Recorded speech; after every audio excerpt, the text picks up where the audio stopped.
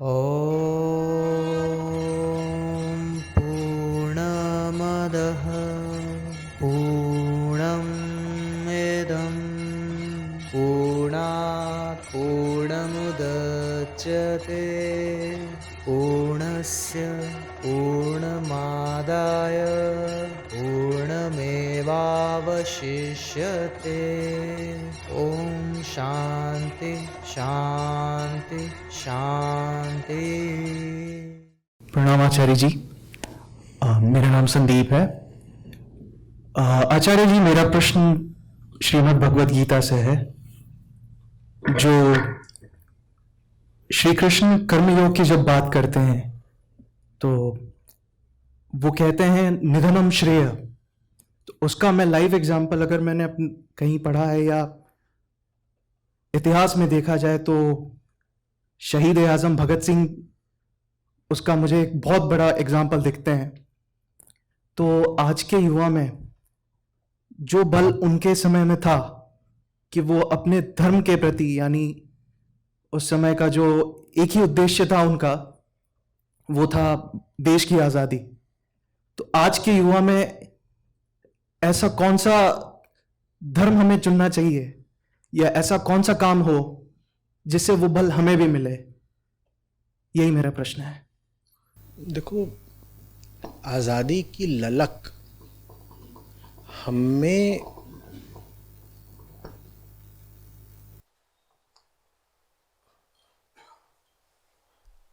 होती ही होती है। कोई ऐसा नहीं है जिसे आज़ादी नहीं चाहिए। यहां तक कि पशु पक्षियों को भी आज़ादी चाहिए। बछड़े को बांध दो खूंटे से, देखा है क्या करता है? गला छिल जाता है और वो कोशिश कर रहा है छूटने की।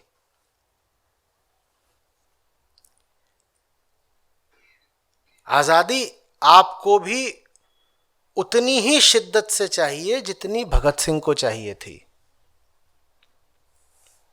बस अंतर यह है कि वो 22-23 की उम्र में ही अच्छे से जान गए थे कि गुलाम हैं। अंतर आप में और भगत सिंह में ये नहीं कि उन्हें आज़ादी चाहिए थी और आपको नहीं। मैं कह रहा हूं आज़ादी दोनों को चाहिए, आज़ादी हर जीव को चाहिए। अंतर यहां पर है कि उन्हें पता था कि वो गुलाम हैं।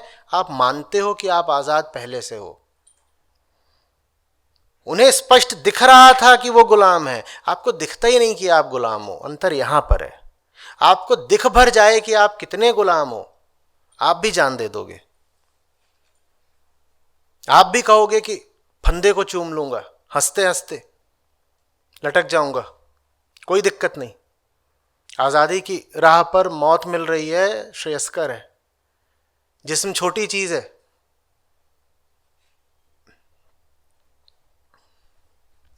हम जानते कहां हैं कि हम गुलाम हैं?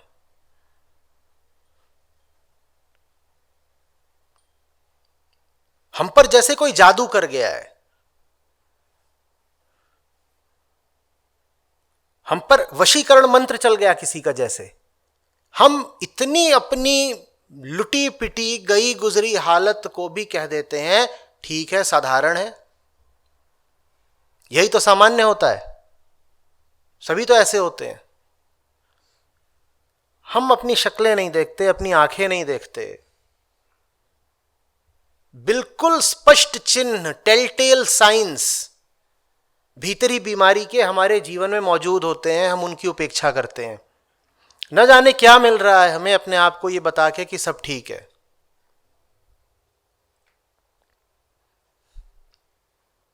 अनजाने नंबर से फोन आ जाता है, दिल धक से धड़क जाता है, सब ठीक है।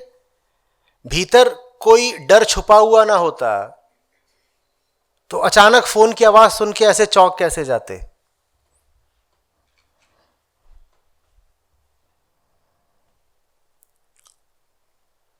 हम में से बहुत लोगों के लिए बड़ा मुश्किल है फोन को 6-8 घंटे के लिए छोड़ देना। मैं कल बाहर से आया, आपने स्वागत किया, उसके बाद मैं वहां सामने वाले हॉल में था लगभग आधे घंटे के लिए।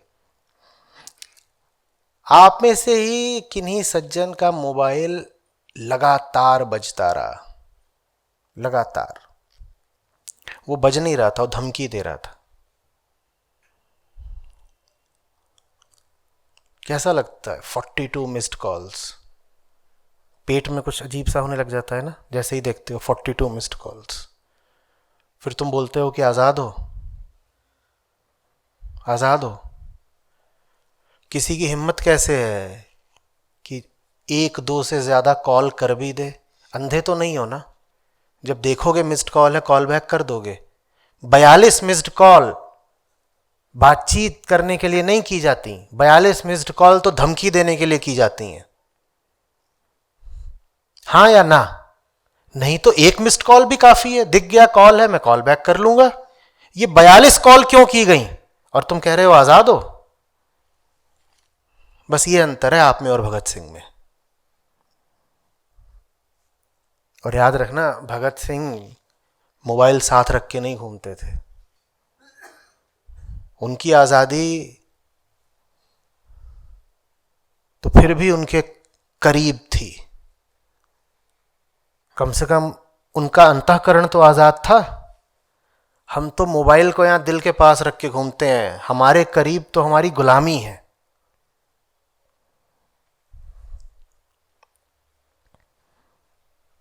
भगत सिंह को तो इतना भी स्वीकार नहीं था कि बाहर दूर कहीं कोई गोरा खड़ा है वो उन पे हुक्म चलाए। हमारे तो मोबाइल फोन में ही जो बैठे हुए हैं सब हम पे हुक्म चलाते हैं। कितने ही बेचारों को कैंप के बीच में से भागना पड़ता है, कभी बॉस ने बुला लिया, कभी परिवार ने बुला लिया।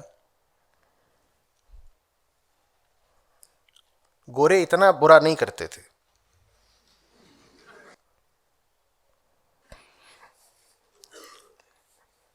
रमण महर्षि उन्हीं दिनों के थे। ऐसा पढ़ने में नहीं आता कि अंग्रेज उनके आश्रम में घुस गए थे और तोड़फोड़ करी, या वो बातचीत कर रहे हैं और बीच में मिस्ड कॉल मारी।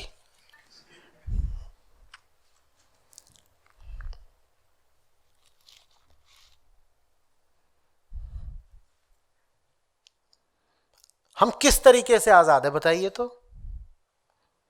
हम आजाद होते तो हमारे टीवी पर इतने विज्ञापन कैसे आते? आप भली भांति जानते हैं कि नहीं कि वो विज्ञापन किसी बेवकूफ आदमी को ही दिखाए जा सकते हैं? बोलिए हाँ या ना। जो उन विज्ञापनों को बना रहा है वो ये मान के बना रहा है कि उसकी ऑडियंस निहायत मूर्ख है। कोई भी समझदार आदमी उन विज्ञापनों को देखेगा तो कहेगा मेरी तौहीन है कि मुझे विज्ञापन देखने को ही मिला, मेरा असम्मान हो गया सिर्फ इस विज्ञापन को देखने में। पर जो विज्ञापन दाता है बहुत ही फूहड़ किस्म का विज्ञापन बना लेता है और उसकी बिक्री भी हो जाती है। हम गुलाम ना होते तो ऐसा कैसे हो पाता बताइए? बोलिए। कोई भी आके कुछ भी आपको पट्टी पढ़ा रहा होता है और लगातार पूरा खेल ही विज्ञापनों का है। गूगल खोले तो वहां विज्ञापन, इसमें है उसमें उसमें, हर जगह विज्ञापन ही विज्ञापन।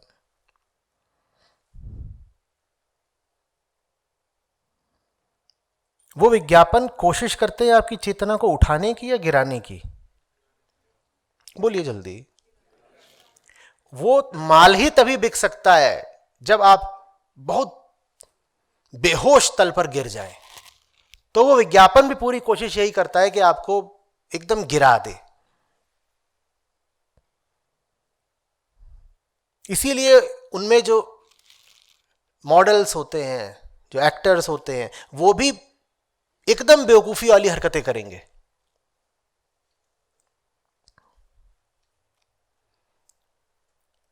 ये तो एक बंधक ही मंजूर कर सकता है ना कि उसकी चेतना पर कोई आके थूक जाए।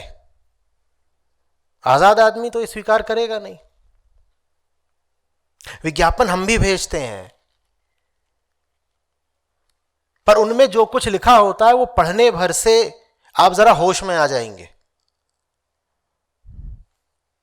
साथ में एक लिंक होता है, उस पर आप क्लिक करें चाहे नहीं करें, पढ़ने भर से फायदा हो जाएगा।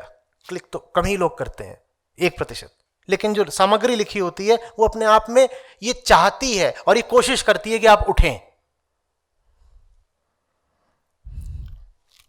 मैं खास तौर पर महिलाओं से पूछना चाहता हूं, देवियों जी, आप लोगों के जो उत्पादों के जो विज्ञापन आते हैं वो ऑफेंसिव नहीं लगते आपको? वो विज्ञापन बनाते वक्त ही ये एजम्पशन लिया गया है कि ऑडियंस का एवरेज आईक्यू 20 के आसपास है, क्योंकि अगर 21 भी है आपका आईक्यू तो आप टीवी तोड़ देंगे।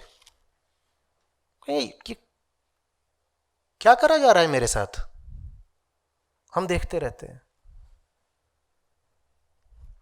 हम बंधक ना होते तो वो ऐसी कोशिश कैसे कर लेता? बोलिए।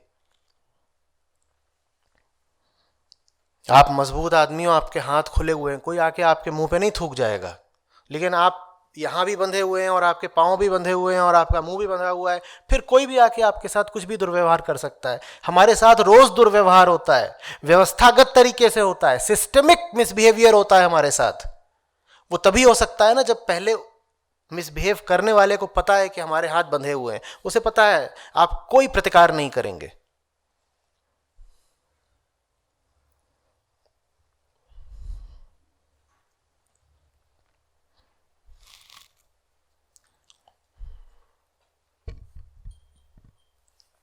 आप ये जो कॉमेडी शोज देख रहे हैं, रियलिटी शोज देख रहे हैं, आपको क्या लग रहा है वो सब आपको दिखाने वाले लोग आपकी इज्जत कर रहे हैं? वो दिखा के, जो कोई आपको वो सब दिखा रहा है, आपको वो सब दिखा के आपको सम्मान दे रहा है?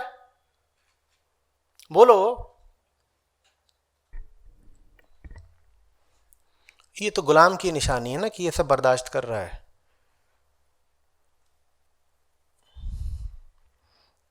ये सब नेता वगैरह हैं, ये आते हैं एक नंबर की झांसेदार बातें करते हैं और फिर भी आप इनके पीछे पीछे चल देते हैं। ये गुलामी नहीं है? एक व्यवस्था बनी हुई है, वो चाहती है कि आप ऐसे जिए, ऐसे कमाएं और ऐसे खर्च करें। आप बिल्कुल वैसे ही जी रहे हो, वैसे ही कमाते हो, वैसे ही खर्च कर देते हो। ये गुलामी नहीं है?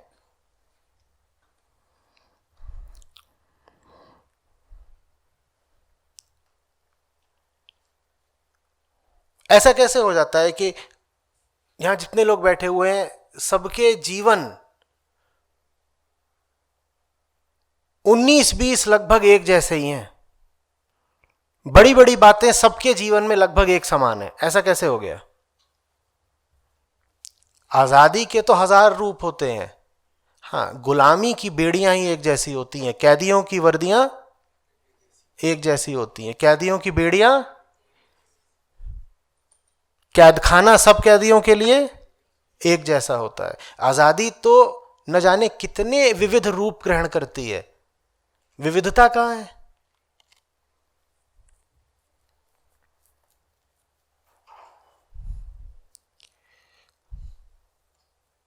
विविधता इतनी है, एक काम कर रहा है Mohanlal and sons private limited में, एक काम कर रहा है Sohanlal and sons private limited में। ये विविधता है। एक काम कर करके मोहनलाल की जेब भर रहा है, एक सोहनलाल की। इतनी डाइवर्सिटी है। दोनों सुबह 9 बजे पहुंच जाते हैं, 6 बजे वापस आ जाते हैं। 28 से 32 साल की उम्र के बीच में दोनों ने शादियां कर ली थी। दोनों के ही 1 से 3 के बीच में बच्चे हैं। दोनों के ही बच्चे एक ही जैसे स्कूलों में जाते हैं। दोनों के ही बच्चे एक जैसा नशा करते हैं और एक जैसी गालियां देते हैं।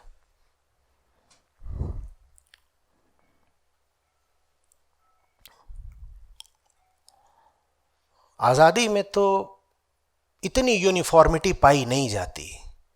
यूनिफॉर्म और यूनिफॉर्मिटी तो लक्षण है साफ साफ गुलामी के।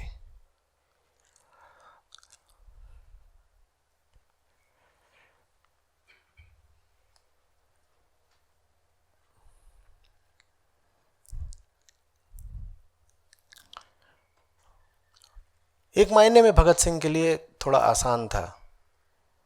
उन्हें दुश्मन साफ साफ बाहर दिख तो रहा था।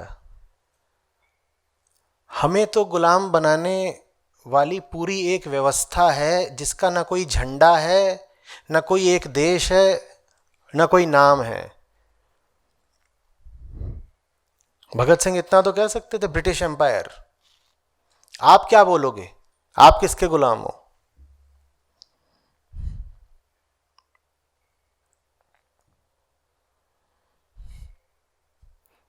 और ये मैं पहले से आपको सूचित करिए देता हूं, जैसे जैसे आपको अपनी गुलामी दिखती जाएगी वैसे वैसे आपके लिए जीना मुश्किल होता जाएगा। भड़क के खड़े हो जाओगे,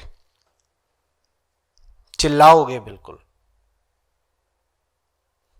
कोई बहुत असाधारण काम नहीं था भगत सिंह का, आप भी वही काम कर जाओगे, बस आपको दिख भर जाए।